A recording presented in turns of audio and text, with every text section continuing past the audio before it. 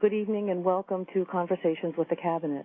This series is a collaboration between ProgressiveGovernment.org, the Backbone Campaign, and Voice of Vashon Community Radio. My name is Diane Whitner, and I co-produce and co-host this series. Tonight's co-host will be Bill Moyer, Executive Director of Backbone Campaign and ProgressiveGovernment.org. We are joined by Dan Schuler, Backbone Campaign Technical Director, and Roger Fulton, Backbone Campaign Engineer. ProgressiveGovernment.org is a nonpartisan educational organization which ensures transparency in the executive branch by publishing an online, up-to-date map of executive branch appointees. Please visit ProgressiveGovernment.org for more information. Now, the Backbone Campaign articulates the progressive agenda, identifies our leadership, and expands government accountability using creative tools. Please visit our website, backbonecampaign.org, and click on Conversations to access podcasts of our 36 past conversations with both progressive movement and progressive policy leaders. The title of this evening's conversation is Dismantling Empire, Building Democracy, and we are thrilled to welcome Professor Noam Chomsky, Backbone Cabinet nominee for Secretary of State, MIT Professor of Linguistics, social political analyst, and prolific writer. Professor Chomsky has graciously agreed to speak with us for a half hour this evening, and the second half hour will consist of follow-up discussion among participants, including David Swanson, Kevin Danaher, and Stephen Zunas. Now, this week marks the third anniversary of the misguided and tragic U.S.-led occupation of Iraq. With the burgeoning anti-war and progressive movement here at home, and exponentially growing hatred of the United States outside our borders, there is a clear and urgent need for a new national security strategy and safeguards for democracy. We have asked Professor Chomsky to discuss with us how to definitively shut down the centuries-old project of empire building in this country and instead help us to create, or to imagine creating, a United States Democratic Republic for the 21st century. So, Professor Noam Chomsky, welcome to Conversations with the Cabinet. Pleased to be with you. Now, speaking of dismantling empire, not too long ago it seemed that the British Empire and the Soviet Empire both empires were invincible, and yet both have declined, neither exists anymore. What lessons are there, in your view, from the forces that brought them down, such as, in the case of the Soviet Union, the Polish Solidarity Movement, and in the case of the former Czechoslovakia, the Velvet Revolution? And in the case of Britain, centuries of rebellion and more than 50 years of former colonies breaking away. Well, the lessons are pretty clear. It's a combination of resistance abroad and an increase in the level of civilization and dedication at home. In the case of the Soviet Empire, a crucial part was played by dissident forces for whom Gorbachev became a kind of symbol and spokesperson, which gradually eroded the power of the horrendous system from within, and resistance within the satellites, which of the kind that you mentioned, which made it harder to sustain the domination abroad. And there was something pretty similar within the British Empire. It was there were different factors there, including two world wars, which reduced Britain to the level of what the British Foreign Office ruefully described as a junior partner to U.S. power by the end of the Second World War. But here, we don't have any right to wait for others to dismantle the empire. That's our task from within, and we can certainly do it. In fact, there are quite conservative ways of proceeding. One way would be to pay some attention to public opinion.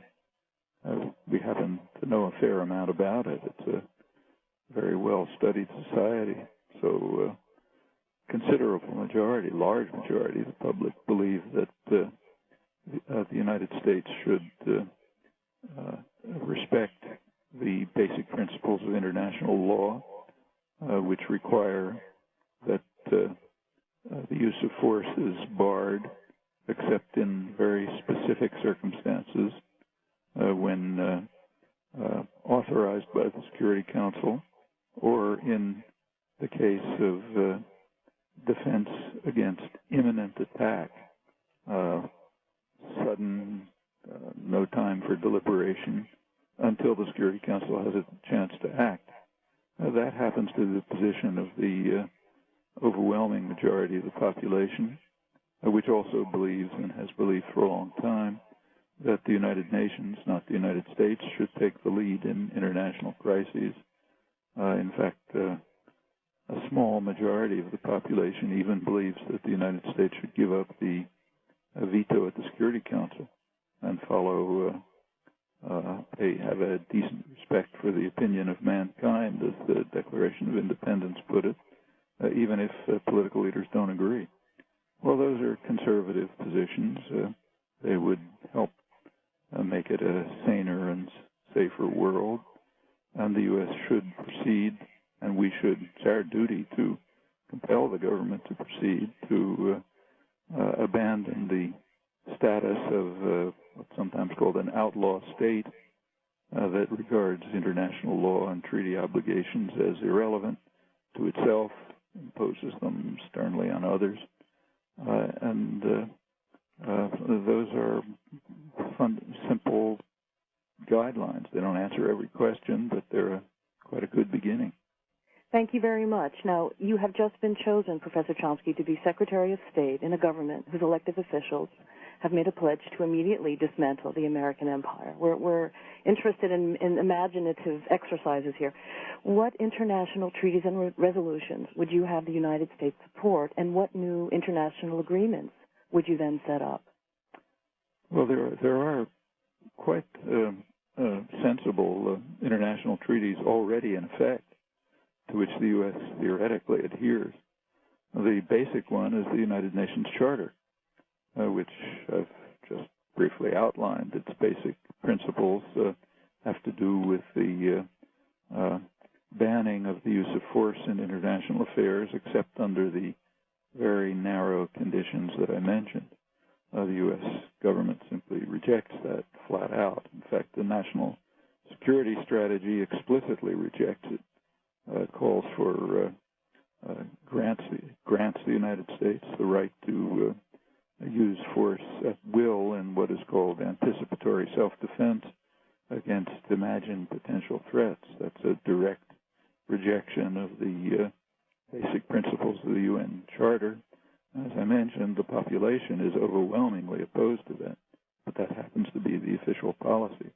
Another treaty, which is very much, it's right on the front pages today, correctly, is the Non-Proliferation Treaty, signed in 1970.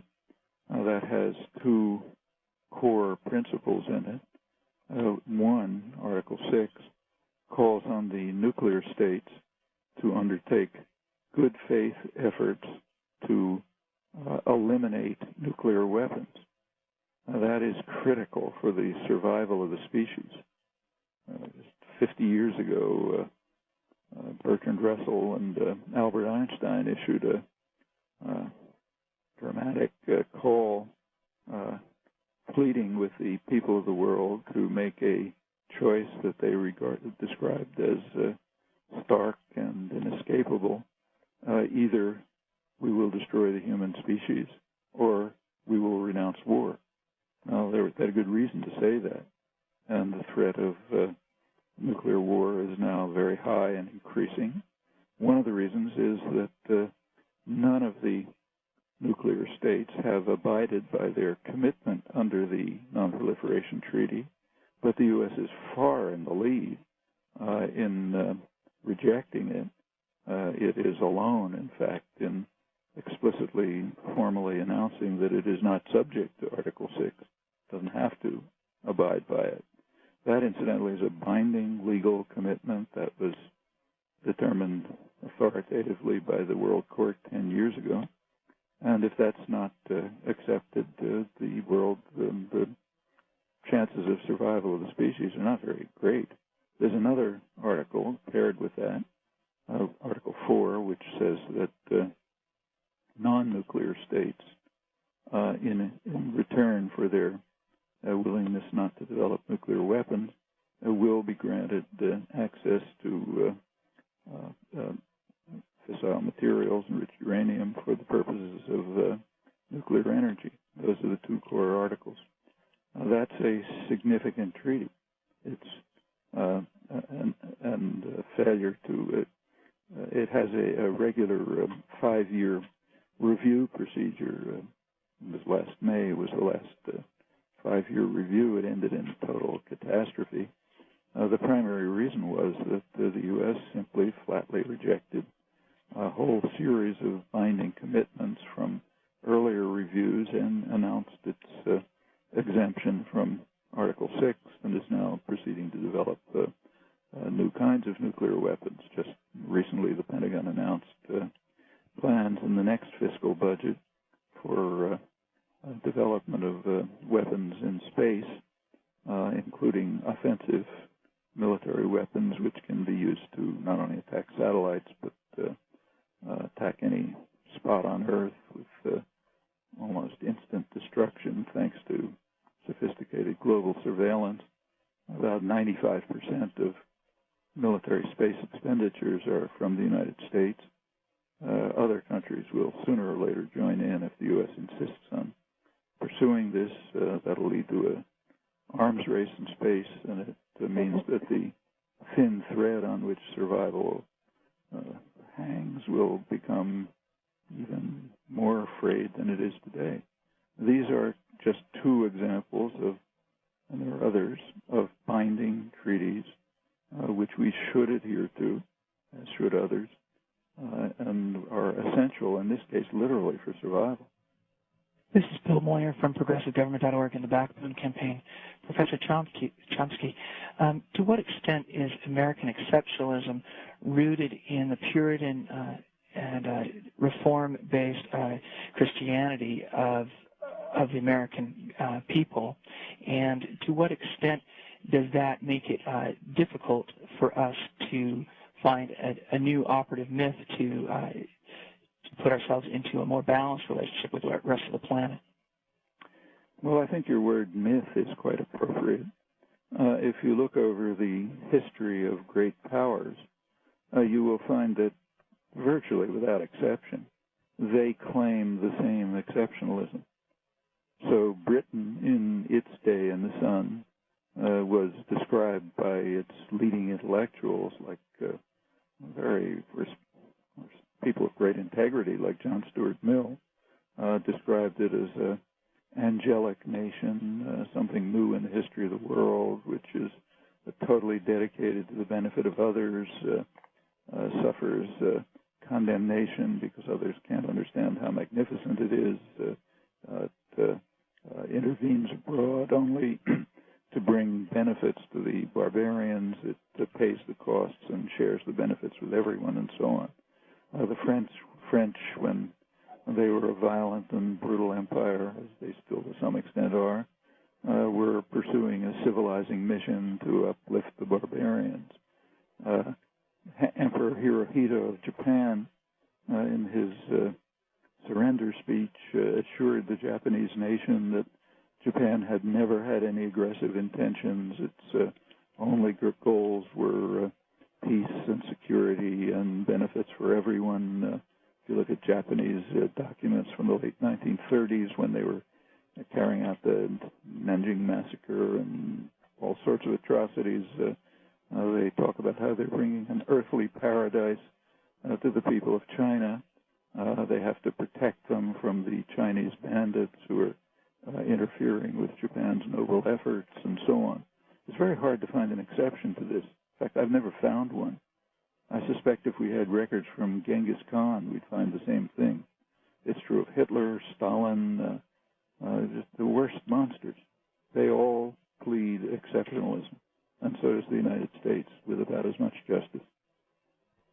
Now, you've spoken to us in your writings about being part of a frightened country, and to what extent is American exceptionalism a defense against that fear? The fear is an interesting phenomenon. It's been pretty well studied. There is an undercurrent of fear that runs through American popular culture, mass popular culture, from the colonial days. Actually, it's very well studied in a book by Bruce Friedman, a very good literary critic and analyst. And it's as he points out, it's fear. There's a constant theme that runs through. The United States is just about to be destroyed by some ferocious enemy when, at the last minute, we're saved by a superhero or a super weapon or something like that. And typically the enemy that's going to destroy us turns out to be someone that we're crushing under our boots. Native populations, Chinese immigrants, and so on. And that fear is cynically stimulated by political leaders to attain their goals. So like during the Reagan, currently, when the Bush administration announced publicly pretty much that it was going to invade Iraq, that was September 2002 virtual announcement. That was accompanied by a massive government media propaganda campaign. Recall Condoleeza Rice saying the next time we hear from Saddam Hussein, it'll be a mushroom cloud over New York, and so on. Within a month or so, that drove the American population just off the international spectrum. Saddam was bitterly hated almost everywhere, but he was feared only in the United States. And that's reiterating a constant theme. This current administration happens to be continuing the Reagan years, essentially. During the Reagan years, every couple of years, there was a new hysteria stimulated. There was a national emergency called. Reagan called a national emergency in 1985, declared it, because we were under threat of attack by Nicaragua. The Nicaraguan army was only 2 days from Harlingen, Texas. Reagan made speeches about recalling Churchill. He was not going to be frightened by this. He was not going to give up in the face of this tremendous threat, and he was going to stand tall, and so on. It is a way of mobilizing the population. It's not pleasant to think about the precedents. They exist, and we're familiar with them. And it works to some extent in a society that does have a lingering underlying level of fear. It's domestic as well. A fear of blacks, of crime, of drugs. All of these are problems. Drugs and crime are certainly problems. Same problems exist in Europe to about the same extent. But it's just here that it's tremendous fear. Stimulated by propaganda, by cynical political figures for their own ends. But there's a groundwork, and it's a serious problem that has to be overcome within the United States. Do you think that there is an alternate mythology besides exceptionalism that we could, as a movement, propose to the American people as a replacement for fear and isolation? Yeah, we can turn to the ideals that are professed and that are actually believed correctly by most of the population. I mean, actually, I don't think you have to. It seems to me if you look at public attitudes, they're pretty sane. I think they are progressive. So I mentioned a few examples. The public is, by overwhelming majorities, is in favor of allowing the United Nations to take the lead in international crises, of keeping to a very conservative interpretation of the UN Charter, the right to use force. The public is strongly in favor of sharp decreases in military expenditures and sharp increases in social expenditures, almost the mirror image of what the budget is, and so on a host of issues. The idea of serving as a beacon of democracy and freedom throughout the world, that's a fine ideal. We should uphold it. It's traditional rhetoric, and among the public, it is properly taken seriously. And those are the things that the progressive movement should also take seriously. It's in pretty sharp opposition to state practice, but it's state practice that's off the spectrum, not the ideals. What do you think then it's holding people out of the streets at this moment when the blatant disregard for that mythology that most of us grew up with, that many of us associated with what the values that differentiated us from the Soviet Union, now we're adopting many of the tactics that we saw in the old Soviet Union. What do you think is keeping people on their couches and watching their TVs and not in the streets? Well, first of all, we're not just copying the old Soviet Union. These are, unfortunately, as a large part of American history as well, and the history of other great powers, too. We're not unusual in that respect. What's keeping people off the streets, I think, is a combination of factors. One of them is a sense of helplessness and atomization. It's very important to bear in mind that there has been a serious decline in the United States in recent decades, a decline in the functioning of substantive democracy. We have democratic forms. They were won and through centuries of struggle, and they're very significant, but they're being eroded, and they're still there, but they're not functioning. So take the last election, for example, the November 2004 election. I mean, by international standards, it was barely an election. Most of maybe 10% of the voters were even aware of the stands of the candidates on issues.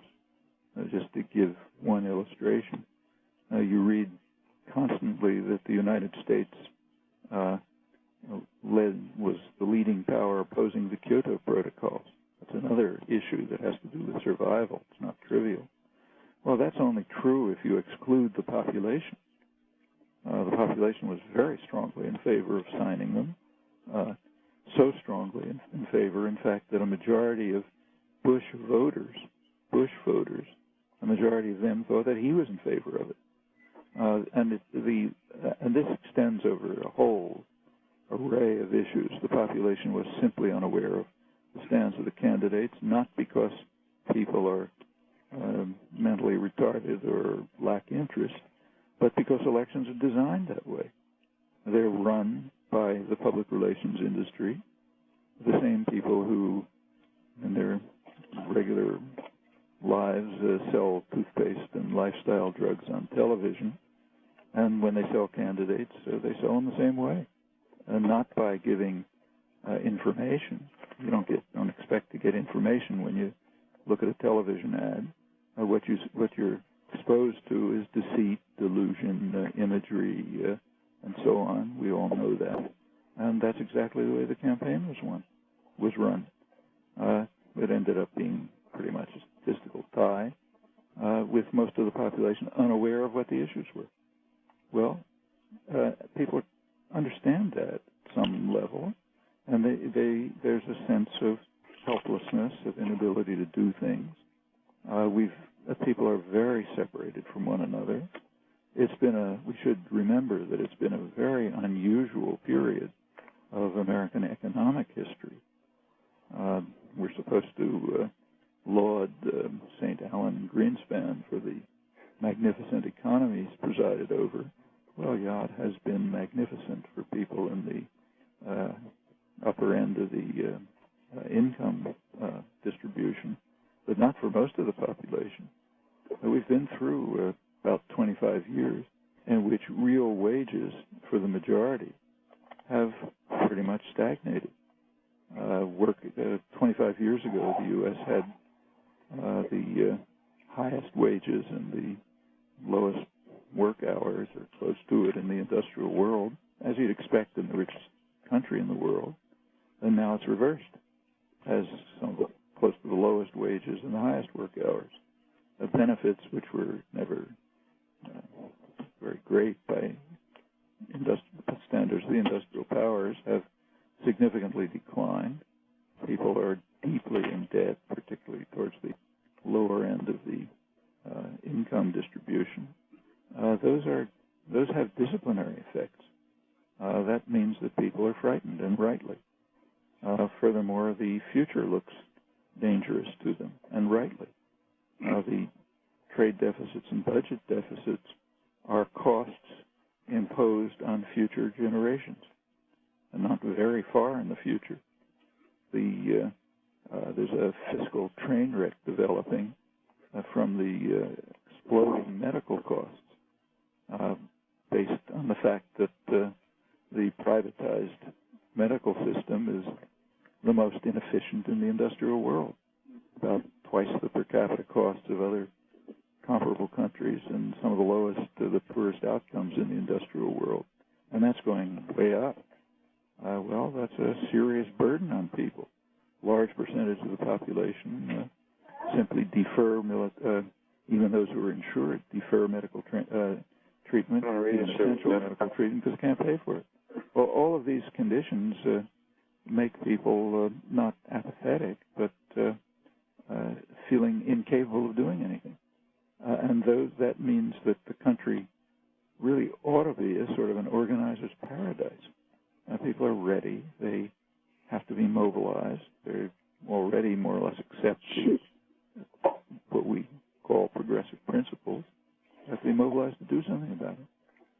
Professor, this is Dal Lamaya. I'm the founder of the Progressive Government, and we are very frustrated by this trap we seem to be in, the Republicans versus the Democrats. And I'm contemplating establishing a third political party with the sole intention of taking over the operations, taking the administration of the federal government. We wouldn't run any candidates for Congress or local offices, but what we'd do is recruit the top 100 people or so who would agree in advance that they would serve in this administration and work to campaign.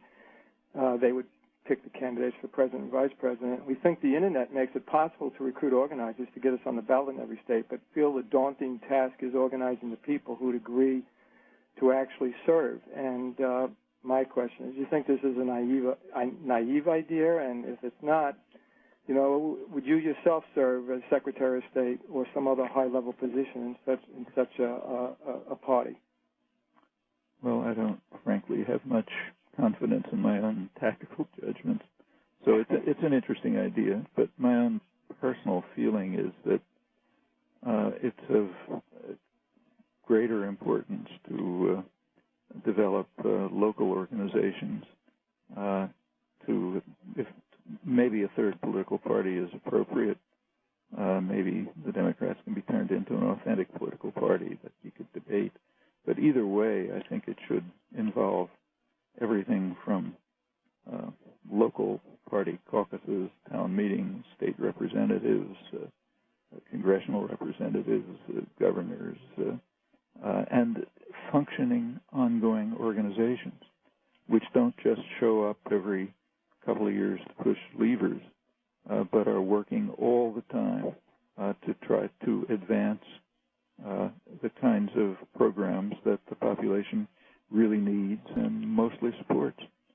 That's not a job for quadrennial extravaganzas. Well, Professor Chomsky, thank you very much for your time. We promised that we would only hold you for a half an hour. We're going to continue our discussion, but we thank you for making the time for us today. Thanks for giving me the opportunity to talk with you. Welcome to the Shadow Cabinet.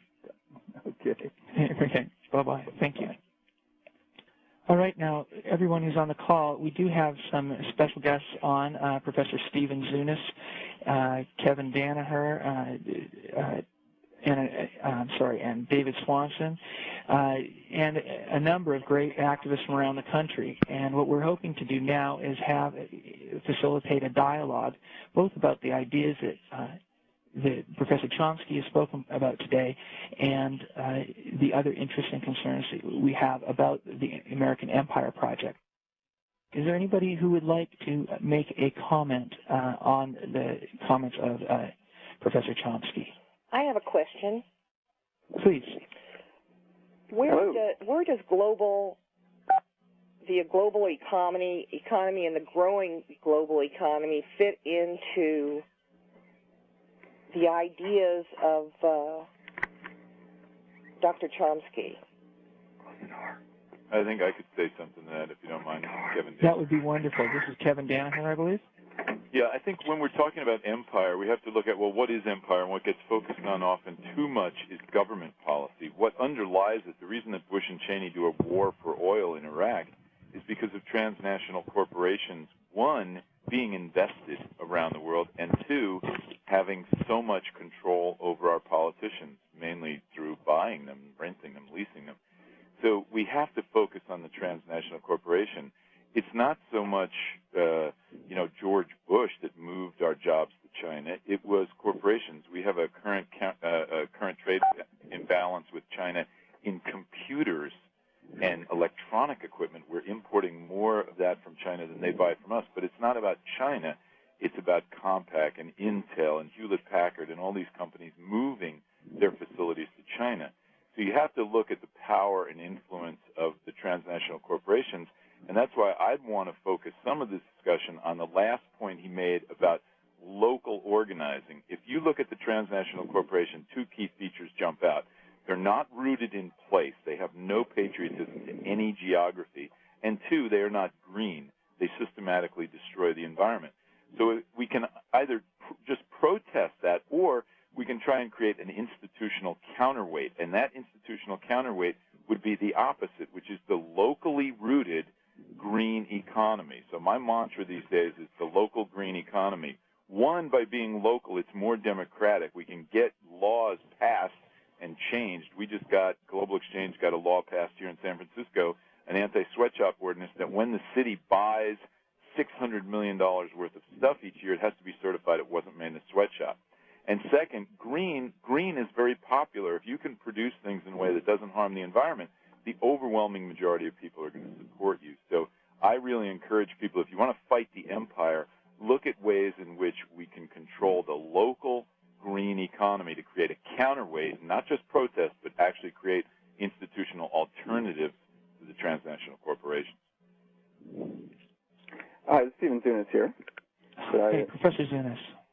Yes, Kevin raised an interesting point, and I think the drive of multinational capital and the drive of the U.S. empire parallel each other in many ways, but they are distinct in many respects. That there is an ideological component in the American search for empire that is as powerful as it is, in part because it, in most cases, does reinforce that empire. But in certain ways, they do part company, and in certain ways, it takes on a momentum of its own.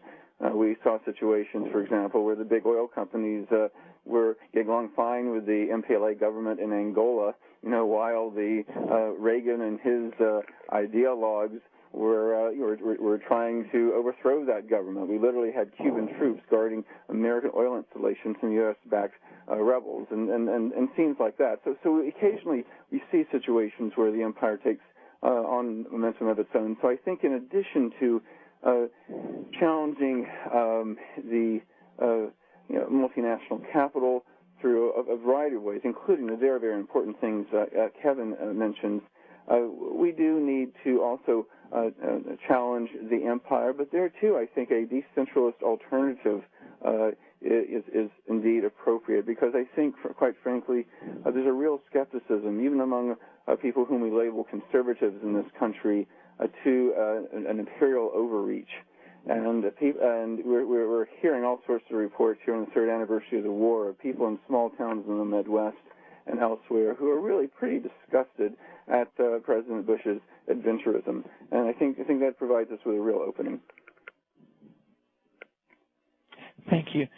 I know that there were folks who had questions in the chat room, and I invite you to ask those questions now. And both Susan Keith, John Schwam, you had questions. Mark Early, please feel free to unmute and join the conversation. Well, this is Peter Rush. I have a question. I had Thank fun you, in the Peter. chat room. I'm from Virginia. I work with the Progressive Democrats of America. My question is, we actually need stuff at the local level, and I think there's a tremendous range of stuff that can be done more there. But at the same time, it seems to me we need to somehow find a way to get the number of people who are doing progressive things is in the millions, but we have been unable to get that in some more sort of focused way to force the press and the media to cover stuff. And we're looking right now at a situation where any day or any week we're going to find that Iraq has, I would think, crossed a tipping point to a possibly unstoppable civil war. It's not there yet, I don't believe. If we don't leave, it will get there for sure. Leaving is the way to stop that. And in my message that I was hoping might be asked to Noam Chomsky, my thought is, can every luminary, every organization that's out there somehow come together for a committee of 10 million that would get literally 10 million signatures, organized by CDs, the congressional districts throughout the country, to be a weight to force cowardly Democrats and Republicans, for that matter, to have some backbone to do stuff, and to sort of force the media to start covering the things they're not covering, the actual reality on the ground that most Americans don't know, to somehow open up in a fairly dramatic way. And in that context, all the local stuff is absolutely critical, but I don't see winning with just the local focus by itself, given the locks, hammerlock that they have over the media in particular, and the inability of getting your message out to enough people. That's the hardest problem right now. Despite the Internet, there's still a tremendous inability to get the voters who might go our way to really know the facts we need to know. This is David Swanson. Could I say something to that, Bill? Please, David.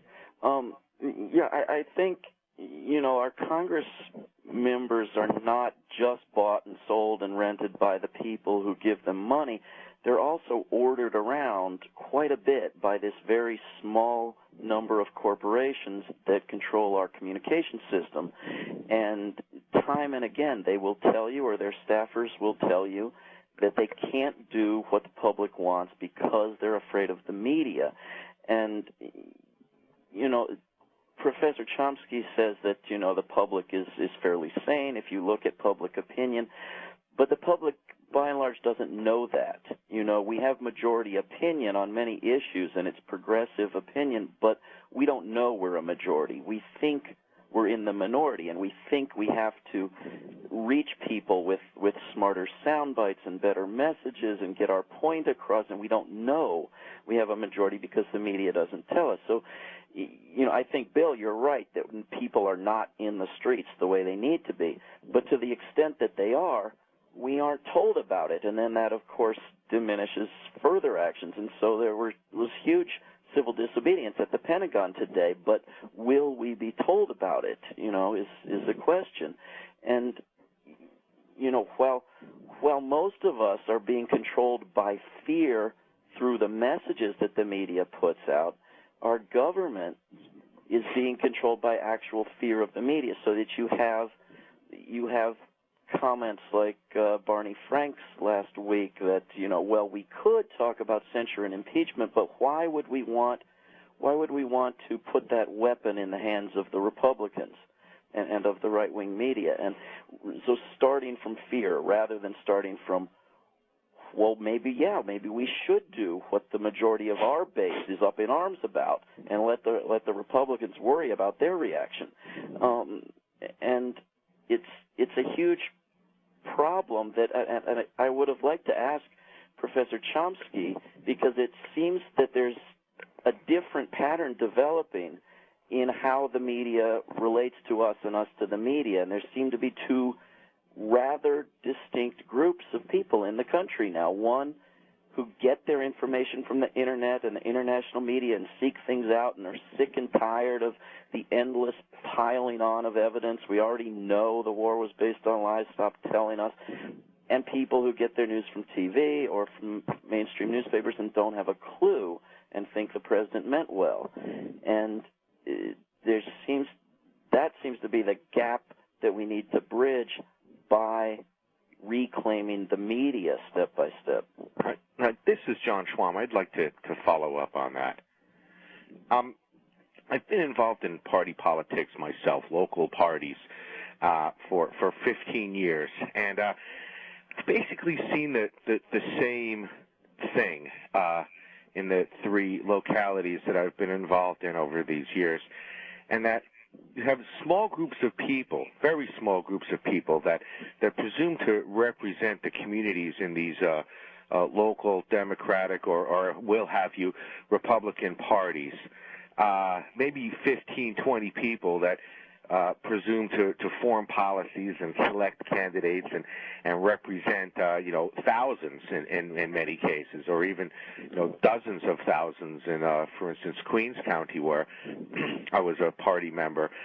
And the majority of these people, I think, the majority of the constituents of these elected officials, I think, are just, too caught up in surviving in their daily lives, and they either believe that it's a lost cause for their politicians to understand or represent them, or simply don't have the time because they're so caught up in making a living and taking care of their kids and staving off bankruptcy or doing better than the Joneses, or 15 hours a day at their jobs to live in this American climb up the ladder economic model that we have. And I don't necessarily mean that it's this apathy, but they don't have the time to be involved in or educate themselves in this representative democracy in the sense that it requires it. So my thought is that it's almost going to require that we have some sort of secular evangelical type of leader, like you've occasionally seen in great revolutions, like a Gandhi or I don't know, maybe Dalai Lama is that guy. But I think we're going to have to have some sort of focal point to rally around for the people to see that there's a chance for the change that, like Dr. Chomsky said, so many people think is essential, but don't really know how to get to it. And even as a local party leader, I've gone out there and try to talk to people and say, hey, listen, we have an opportunity for change here, but maybe we'll get a 2% increase or a 3% increase, or if it's really phenomenal, a 6% increase in voter turnout around a well-promoted local candidate, or even a well-promoted congressional candidate. So I don't know where this is going to come from. I don't mean to seem cynical, but I think that we're going to have some kind of political catharsis. Even if it is a third party, it's going to have some sort of like a great leader or great party head that's going to have to give people the ability or the belief that they have the ability to put forth this change in this new political paradigm that we call progressive policy. All right. Could I come in on that? You know what I want to? Yeah, please do. But actually, I'd like to give Susan Kay, who's been waiting patiently, an opportunity to bring a point in, please. This is Terry Molnar. I'd enjoy going after that if it's possible. Susan, then Rory, if she's on the phone, and then what's your name, sir? Terry Molnar. Terry. Okay. Susan, then Rory, then Terry, please. And I'm Dave Schlesinger. Can I go after Terry? Hi, yeah. this is and then Bill Dell again. This Hi, is Susan and Ingemar. Can you all hear me? Yeah, I can hear you. Okay. The question we'd asked online, and we hoped Dr. Chomsky would have an opportunity to answer, was that he often mentions the fear in the country and how divided and atomized we are. But and I agree with everything that I've heard. Well, most of the strategies I've heard on the line here, but it seems clear to me that the left, the American left, is divided along racial lines, and that a lot of our organizing doesn't seem to really address that crucial reality. And so we end up sort of oftentimes duplicating efforts, and oftentimes people really just don't really see that the efforts that are out there represent them, and people don't participate. And so we're in Atlanta, and we organize here, and it's very apparent here, and I've seen in other cities similar dynamics, where you really have a large portion of the black population that agrees with almost all the liberal progressive policies, but there's this ideology of swing votes and trying to convince moderate and conservative white voters, and largely ignoring and not putting in positions of leadership the black constituencies, and it leads to very low turnout. And that seems to be to underpin all of this, the lack of electoral power because of this racial division, seems to really undercut every strategy that I hear. And I really don't hear any suggestions or any real priority on this problem, if anyone would like to comment on that. I would like to invite any of the guests, Professor Zunis or... Actually, this is Diane. May I comment, please? May I respond? Please. Thank you for your question. You will be comforted to know that we spent an entire conversation discussing this very thing. I'm sorry to refer you to our conversations page. It's called Where Do We Go From Here, Chaos or Community? And it was with Reverend Lennox Yearwood. And that entire conversation was based on the very concern that you mentioned, because many of us see the same thing. And, just so that you feel comforted in knowing that you're not alone in trying to kind of figure out how to unravel this, there are so many of us who do agree that if there were a way for white progressives and people of color who are also progressives to not organize separately and to work together more effectively and to have equal leadership for everybody, I do know that I certainly agree that there would be a very, very different political world out there in our country. So thank you for your comment. This is Stephen Zunis, if I may add something. It's interesting how Nancy Pelosi was supporting the war to the hilt until a series of rallies, sit-ins with scores of people arrested, threat of a serious primary challenge, etc., and she belatedly came around to support John Murtha's effort. She still has a good ways to go. She still supports funding for the war, but she has moved significantly, and it was because her constituents gave her so little choice. And I think there's an important lesson here, because when you think about virtually every struggle, Vietnam War, U.S. intervention in Central America, the arms race, sanctions in South Africa, East Timor, with only a few rare conscientious exceptions, the Democrats, even liberal Democrats, have not led. They've generally been dragged kicking and screaming by their constituents. And we saw what happened to the Democratic Party from 68 and 72 in terms of who they nominated and their position on the Vietnam War. It was a result of the moratoriums, the massive draft resistance, the massive civil disobedience, May Day, everything else. We saw how Andrew Young, African-American civil rights activist, aide to Martin Luther King, as Carter's UN ambassador, vetoed sanctions against South Africa. 7 years later, though, there was enough support and demands for sanctions that a Republican-dominated Senate, along with the House, was able to override President Reagan's veto to impose sanctions. We saw how Mondale, as Carter's vice president, announced the nuclear freeze of the South to the Soviets. 4 years later, when he was running for president, he was saying, I've been for the freeze since day one. And because what the nuclear freeze campaign had done, the massive rally in New York, the freeze organizations in every little town, similar with South Africa, with the activity on campus and labor unions and et cetera. I could give other examples, but I think that it's an old adage, but it's true. If the people lead, the leaders will follow. I'd like to invite Rory in to ask her question. Rory, are you unmuted? We're not hearing you yet. Try pressing 6 again. Rory? Bill? Hello, Rory. Please go. Can you hear me? Sure can. Can you hear me? Okay. Yes, sorry. we can. All right. Well, I'll just repeat my question. The right frames the issues, the media supports the frame, and the Democrats buy in.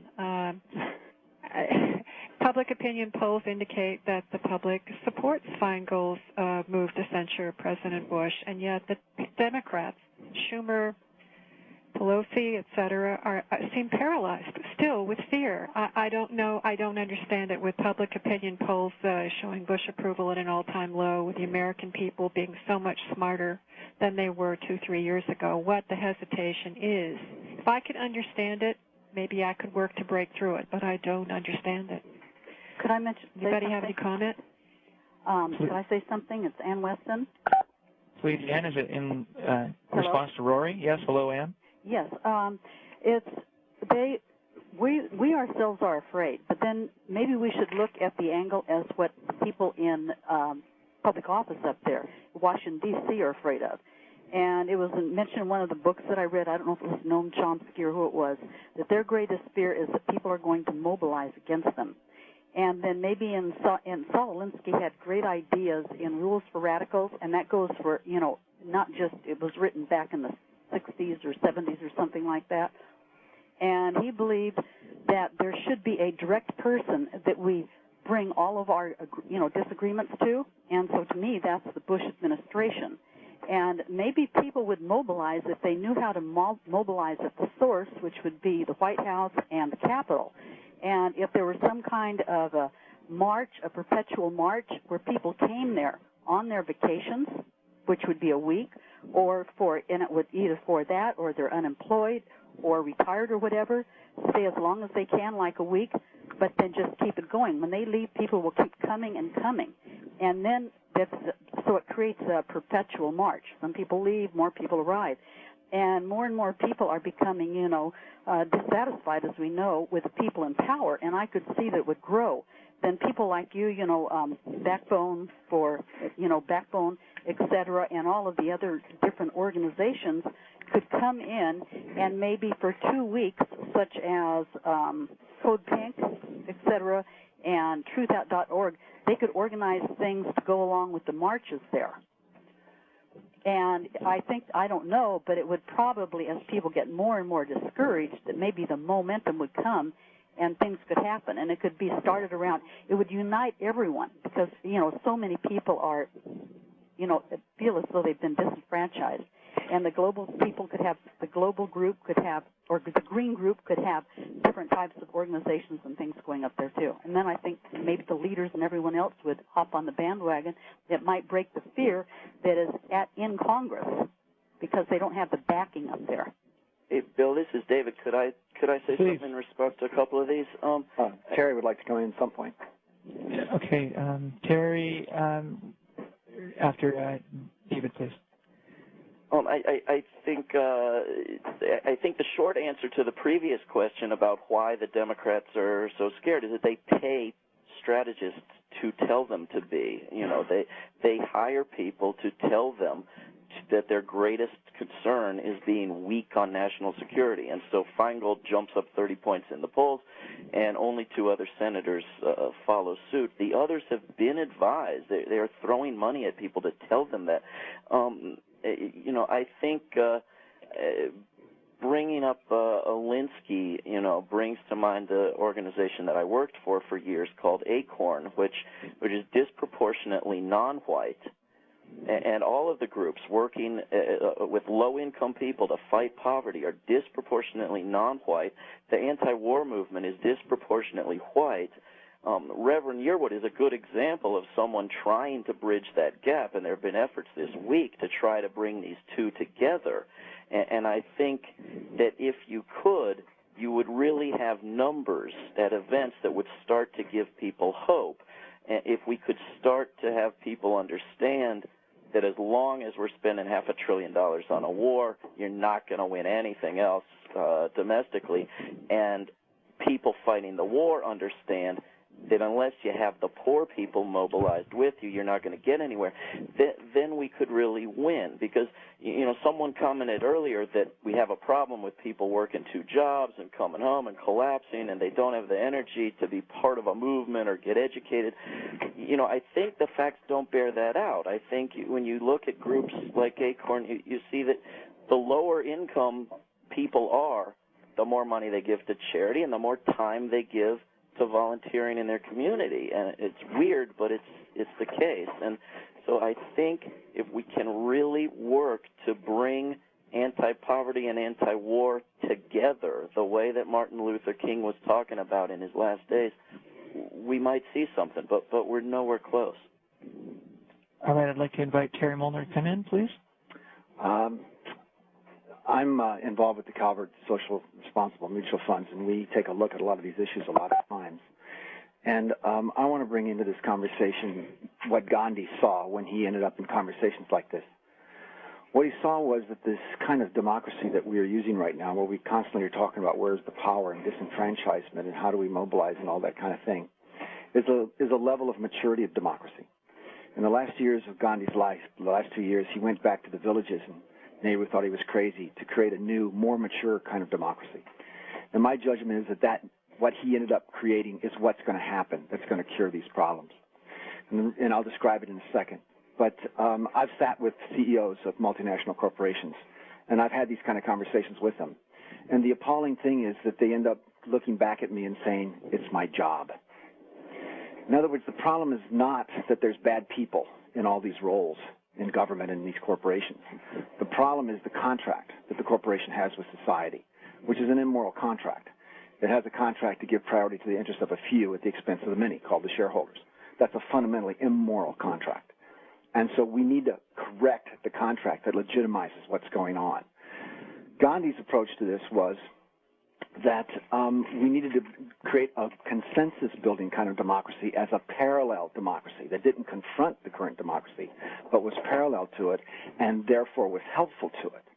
And what Gandhi saw was getting the natural elder leaders of each of the groups, the affinity groups in a community. In our community, it would be each of the different kinds of churches and the major corporations and the major social organizations or whatever. And these elders would sit in a circle, and they would, whatever the key issue of the day was, they would take a look at it. Okay. I'll get off this call then. And they would discuss that issue and try to see what level of a consensus it would be. If it was abortion, for instance, if 70% thought that, a woman should have a right to an abortion, well, then the next year they'd discuss it again. And if next year it was 75%, and if the next year it was 83%, there was a building consensus toward a consciousness. Now, I want to point out, I feel we did that in this society. I was at Earth Day in 1970 on the Boston Common, which is the beginning of what we now call environmentalism. And it raised the consciousness of an entire globe. What happens is that by having real elders, people who are respected in the community, facilitated in a consensus-building process, you end up with a parallel consensus that has the moral authority to affect the majoritarian competitive democracy system. And you also are bringing in a cooperative system that works, that has no legal power, but has the ability to build a consensus in the community that people will value and respect because everybody's in a cooperative process trying to find the truth together. So I throw this out because I really don't think, Dahl, that a third party will be a very effective system, although it might work to improve things. I think we're going to have to do a consciousness change, and I think we're going to have a new system like this kind of parallel system that Gandhi created as a more mature kind of democracy, because the corporations, CEOs, see it as their job, now that they own all the media, to control the media for their small agendas, which they think is their job, and that will not change until we set up a system that sustains itself because of its greater moral power. I want to ask just very quickly, if Diane is still on the call, if she could share potentially some of her work with an emerging regional movement. Is that, Diane, are you still there? Yes, hi, I'm still here. Well, I think Kevin Danaher could probably follow after me. There's I'm sure, Terry, you must know about this working for Calvert Social Funds. There's a whole network of different kinds of groups doing not quite what you're talking about, but similar work. And there's Co-op America and Global Exchange and BALE. And BALE stands for Business Alliance for Local Living Economies. Yeah, and Kevin Danaher is one of the founders of Global Exchange. And so BALE, for instance, is Judy Wicks is a co-founder, and we had a conversation with her. I was one of the founders as well. Oh, were you? Yes. Now, is that so? The idea of a regional economy that kind of circumvents federal government and state government altogether, and just begins to work at the level of local and regional economies. Do you see that as related then to this consensus-building project that you're talking about? What is BALE again? Pardon? What is BALE again? You went too fast. Business Alliance for Local Living Economies. It's an acronym. Yeah. Yes, I see that BALE is an example of trying to bring together some people around some values to be able to perpetuate something. The thing that's different about BALE and a number of these other things is that they already have a position. What we have to do is to begin to treat all people like they have good intentions, rather than continue to polarize everything. And by identifying a set of values and then saying we're on this team and we see that other team over there and we don't like that guy, that I think is in the old pattern. And I don't mean that BALE isn't a movement forward. It's a magnificent movement forward. But there's layers of maturity, and it's not taking us to the next level that we have to get to. which is to invite everybody in the community to sit in a circle to begin to say, what's the truth here?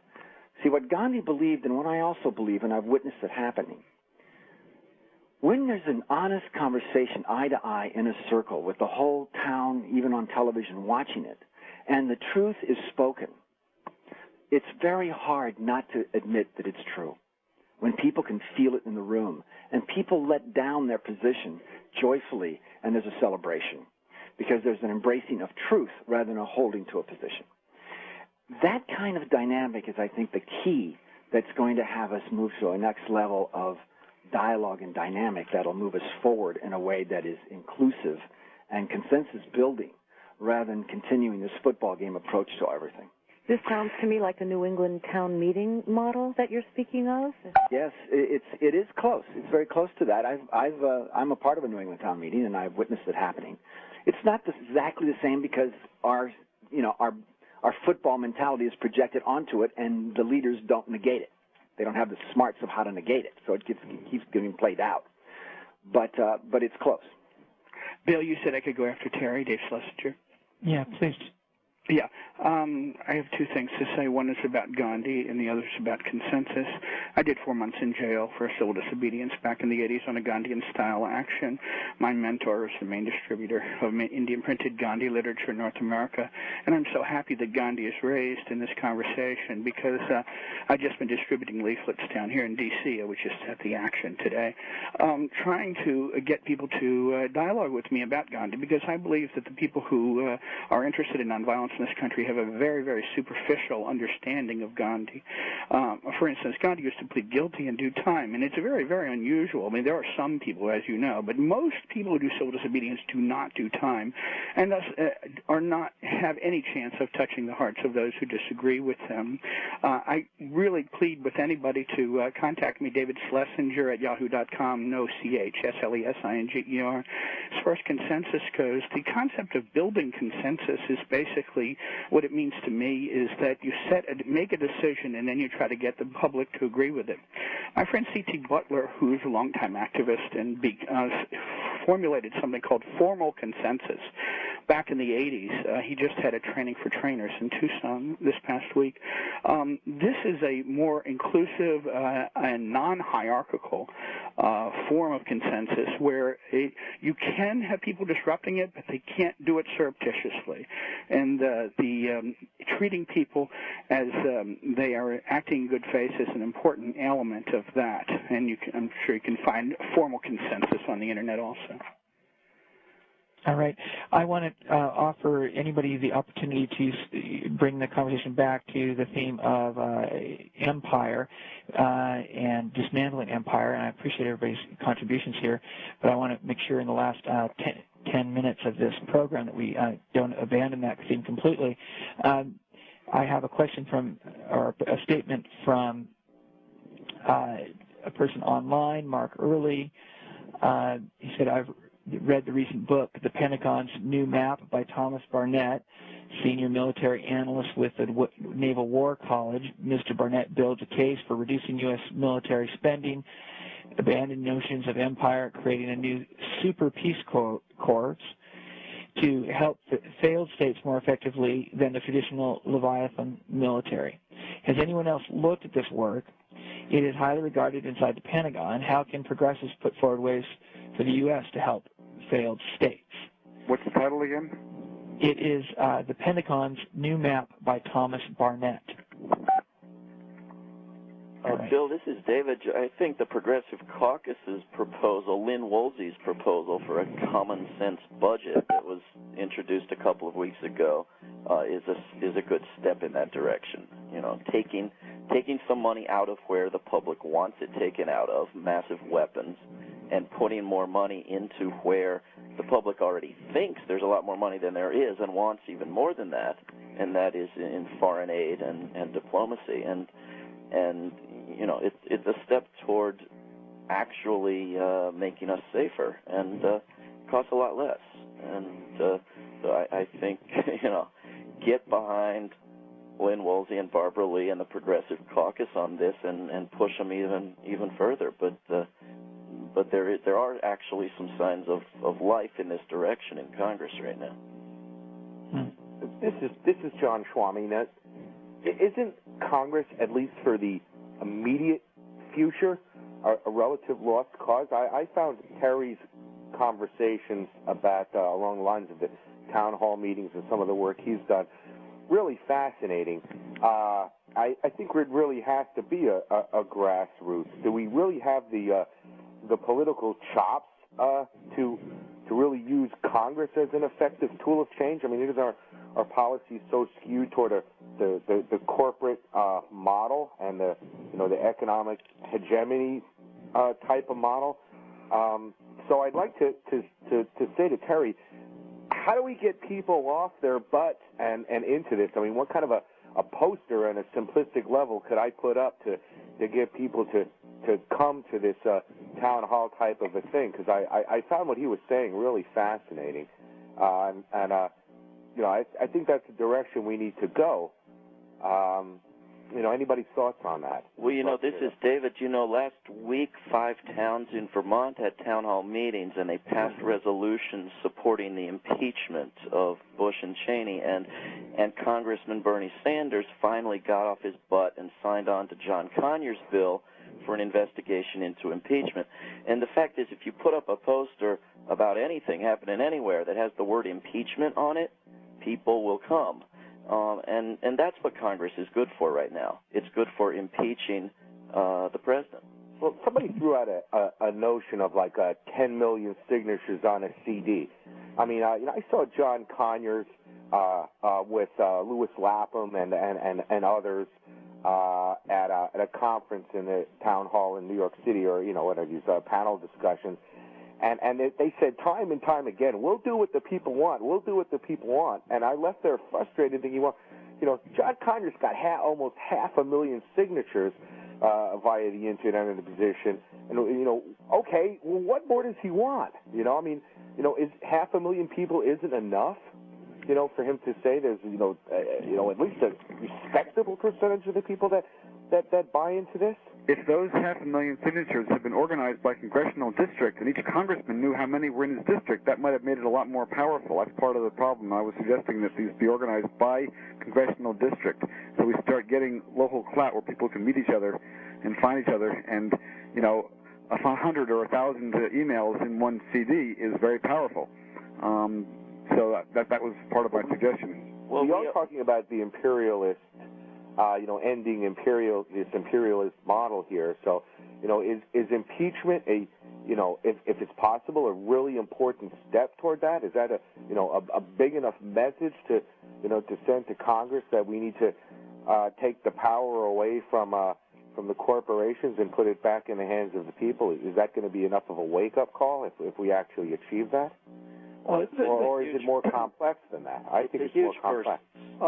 This is Dal. I'd like to just kind of cut in for a second here before we run out of time. I think part of the problem with the thing that I've been talking about, as I hear people respond to it, is that I talk about it as a third party. And I think I'd like to just drop that.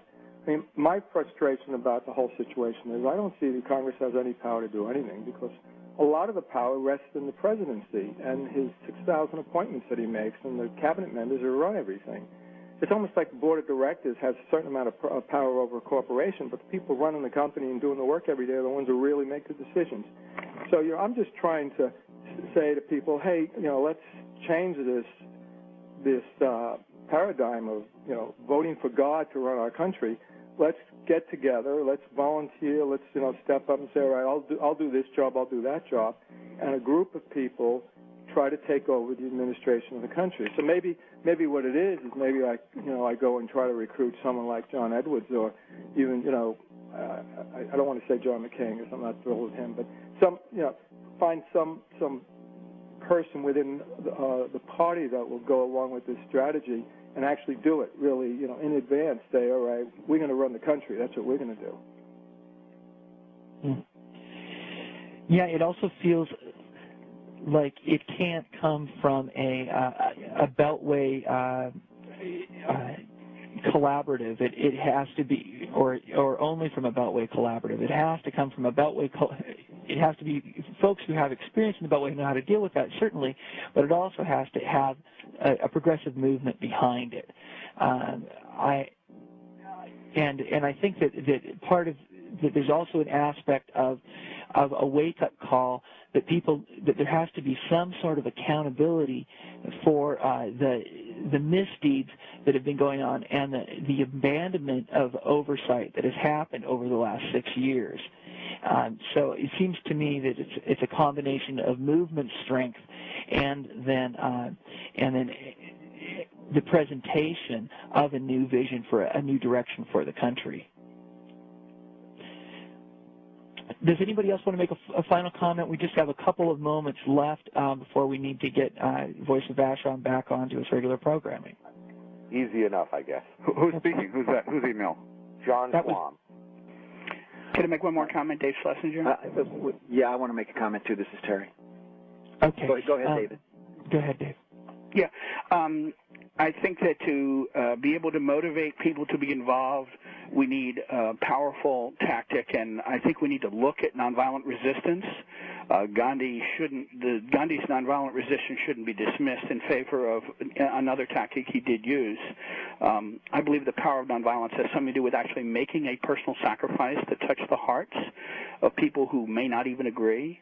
And that is absent in our country, and in my opinion, that's why nonviolence is weak as it is, and it can be much stronger, as Dellinger wrote, more power than we know.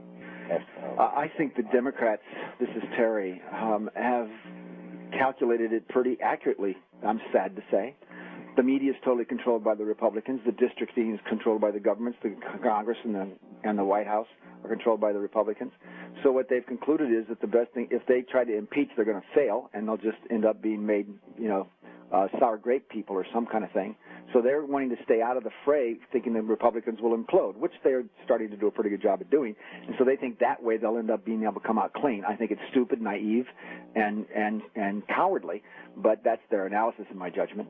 Well, that's great. Pardon me, this is Bill. We hope that you will tune into the Backbone Campaign, progressivegovernment.org, Conversations with the Cabinet in the future, and check out our recordings of our past calls and podcasts. They're available at both the backbonecampaign.org and progressivegovernment.org under the Conversations link at the menu. We will be having Holly Sklar and Dean Christopher Edley from Berkeley in the next over the next month or so, as well as a number of other guests. So thank you very much for participating.